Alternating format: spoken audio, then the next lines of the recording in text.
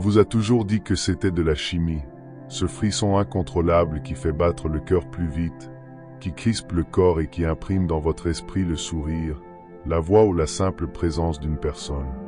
On vous a répété que cette attirance brûlante, parfois obsédante, était la preuve éclatante d'une connexion, d'un désir authentique, d'un élan vital. Mais Carl Jung aurait plongé son regard dans le vôtre pour vous murmurer une vérité glaçante. Ce n'est pas de la magie, ce n'est pas de l'alchimie, c'est votre ombre.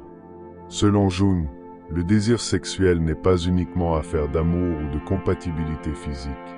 C'est une déflagration psychologique, une onde qui ne révèle pas tant vos envies que vos blessures enfouies. Car lorsque vous vous sentez attiré avec une intensité telle que toute logique disparaît, ce n'est pas de l'amour, c'est une projection. À l'intérieur de chaque homme existe une figure inconsciente, l'anima. À l'intérieur de chaque femme se cache son reflet opposé, l'animus. Ces forces ne sont pas de simples concepts abstraits. Elles incarnent tout ce que nous avons réprimé, refusé ou jamais développé en nous-mêmes.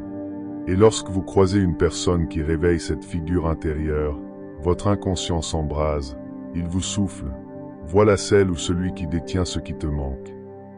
Mais en réalité, vous ne tombez pas amoureux d'eux. Vous tombez amoureux de la partie de vous-même que vous n'avez jamais rencontrée. Voilà pourquoi l'attirance sexuelle semble parfois irrationnelle. Vous savez pertinemment que l'autre est inaccessible, dangereux, manipulateur ou même toxique. Pourtant, l'appel est plus fort que la raison. Vous vous sentez envoûté, dépendant, prisonnier. Ce n'est pas de la passion, c'est votre inconscient qui croit voir dans cette personne votre complétude. Imaginez ce que cela signifie dans un monde où la séduction est une arme. Un monde où certains, consciemment ou non, apprennent à incarner vos fantasmes les plus profonds. Où une femme peut comprendre que dominer un homme ne se fait pas par la force, mais par le miroir en reflétant son désir inconscient. Car si cet homme n'a jamais affronté son anima, jamais interrogé ses propres pulsions en se demandant « Pourquoi ai-je envie de ce que je désire ?» alors il ne choisit pas. Il est choisi par sa blessure. Et si elle sait jouer ce rôle, volontairement ou instinctivement, il capitule. Il appellera cela de l'amour, mais ce n'est qu'une illusion. Jung avait une formule inquiétante. La rencontre de deux personnalités est comme le choc de deux substances chimiques. S'il y a réaction, les deux sont transformés. Mais lorsque cette réaction est guidée par l'ombre, la transformation n'est pas toujours positive. Elle peut être obsessionnelle, destructrice, réduisant l'être à une simple proie de son propre désir. Car voici la vérité la plus sombre sur l'attirance. Nous ne sommes pas toujours attirés par ce qui nous fait du bien. Nous sommes attirés par ce qui complète notre histoire intérieure. Et parfois, cette histoire est une tragédie. Peut-être êtes-vous un homme qui n'a jamais été reconnu par sa mère. Alors, face à une femme froide, distante, qui ne donne son affection qu'au prix d'une poursuite incessante, vous vous sentez vivant. Vous vous persuadez que c'est cela, l'amour. Mais ce que vous cherchez en réalité, c'est à réécrire un combat perdu dans l'enfance. C'est la compulsion du traumatisme. Rejouer sans cesse la blessure en espérant cette fois la réparer. Le champ de bataille devient la femme désirée. Vous cherchez à gagner l'amour qu'on aurait dû vous offrir naturellement et plus elle le refuse, plus votre désir s'intensifie. Mais l'autre miroir existe aussi. Certaines femmes ne cherchent pas l'amour, mais le pouvoir. Elles n'attendent pas d'être aimées. Elles veulent être traquées, adorées, consumées par l'obsession masculine. Leur sexualité devient une arme, non par cruauté, mais par douleur. Leur ombre n'a jamais connu une affection sécurisante. Alors, elles transforment ce manque en domination par le désir. Quand un homme tombe à leurs pieds, elles se sentent vivantes. Mais que cet homme ose réclamer une véritable intimité, elle s'éclipse, car dès que la connexion devient réelle, l'illusion s'effondre. L'attirance sexuelle n'est donc pas toujours une célébration de la vie. Elle est souvent un piège psychologique, un labyrinthe où nos blessures déguisées en passion nous enferment. Jung ne voulait pas nous faire craindre le désir. Il voulait nous obliger à en prendre conscience, à poser la question. Qui est-ce que mon âme appelle quand mon esprit s'assoupit? Qui est-ce que je poursuis? Et surtout, pourquoi? Car tant que vous n'aurez pas répondu à cette question, vous répéterez le même scénario encore et encore dans 100 visages différents. Vous appellerez cela le destin, mais ce n'est que votre ombre tirant les ficelles. Imaginez un homme accompli, brillant dans son domaine, admiré pour son intelligence et sa maîtrise de soi. Dans sa carrière, il est solide comme une forteresse. Mais dès qu'il tombe amoureux, l'histoire se répète toujours de la même manière. La femme qu'il choisit finit par l'abandonner. L'une quitte pour un autre. Une autre disparaît sans explication après des nuits de complicité. Une troisième se moque de lui quand il ose montrer sa vulnérabilité. Des visages différents, des contextes différents, mais une seule et même blessure qui revient sans cesse comme si elle le poursuivait. Ses amis ne comprennent pas. Ils lui disent qu'il mérite mieux, qu'il devrait s'éloigner. Et lui-même en est conscient. Il sait que ces femmes ne lui apportent rien de bon. Pourtant, il retourne vers elles comme un aimant irrésistible. Pourquoi ? Parce que ce qu'il cherche n'est pas l'amour, mais la guérison d'une douleur ancienne. Cet homme a grandi avec une mère distante, froide, incapable de lui donner la tendresse dont il avait besoin. Enfant, il s'est senti invisible. Adulte, il rejoue le même scénario, croyant pouvoir enfin obtenir ce qu'on lui avait refusé. Mais ce qu'il poursuit n'est pas la femme en face de lui, c'est l'ombre de sa mère, ce fantôme qu'il espère transformer. C'est ainsi que naît la boucle psychologique. Vous ne devenez pas dépendant de la personne, mais de la blessure qu'elle réveille. Vous ne cherchez pas à aimer. Vous cherchez à gagner une bataille jamais remportée. Et tant que vous ne le voyez pas, vous êtes prisonnier de ce cycle. Ce mécanisme ne concerne pas que les hommes. Regardons maintenant du côté des femmes. Beaucoup confient qu'elles se sentent attirées encore et encore par des hommes émotionnellement indisponibles. Des hommes charismatiques, séducteurs, parfois brillants, mais froids, distants, souvent cruels. Elles savent qu'ils les feront souffrir et pourtant elles n'arrivent pas à s'éloigner. Elles disent des phrases comme « Je ne comprends pas pourquoi je n'arrive pas à aimer un homme bien gentil et stable ». Ce n'est pas une faiblesse de caractère, c'est une programmation émotionnelle. Leur inconscient leur a appris que l'amour devait s'arracher, qu'il fallait mériter l'attention, que la distance et le rejet étaient une preuve de valeur. Alors, quand elles rencontrent un homme qui les ignore ou qui joue avec leurs émotions, leur désir s'intensifie. Ce n'est pas de la passion, c'est une douleur familière qui les attire. Le piège, c'est que certains hommes savent consciemment utiliser cette dynamique.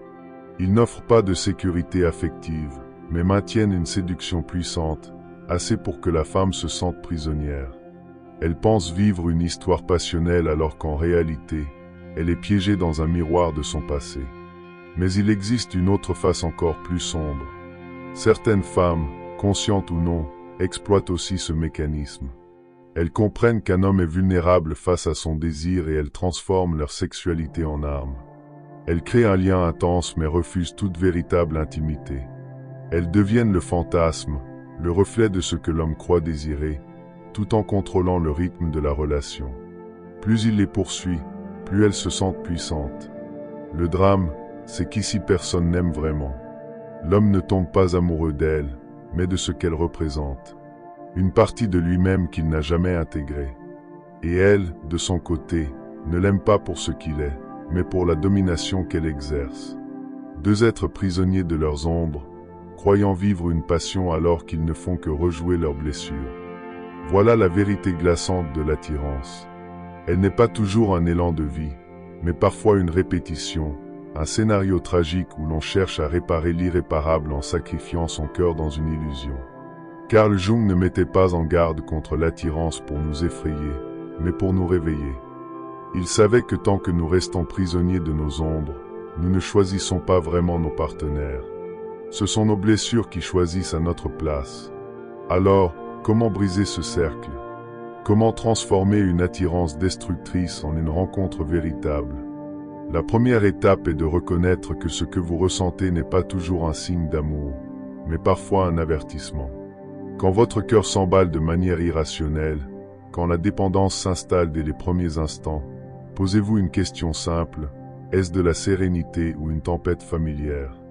L'amour authentique ne vous consume pas dans l'angoisse, il vous apaise. Si ce que vous ressentez ressemble davantage à une brûlure qu'à une lumière, alors il y a de fortes chances que vous soyez face à votre ombre. Jung appelait ce processus l'individuation, l'intégration de toutes les parties de nous-mêmes, même celles que nous avons longtemps rejetées. L'anima, l'animus, l'ombre. Ces forces inconscientes doivent être reconnues, affrontées, apprivoisées, car tant que vous ne les acceptez pas, vous les projetez sur l'autre. Et au lieu d'aimer une personne réelle, vous aimez un fragment de vous-même que vous n'avez jamais osé regarder. Prenons un exemple. Un homme qui tombe sans cesse pour des femmes séduisantes mais froides doit cesser de croire que ce sont elles le problème.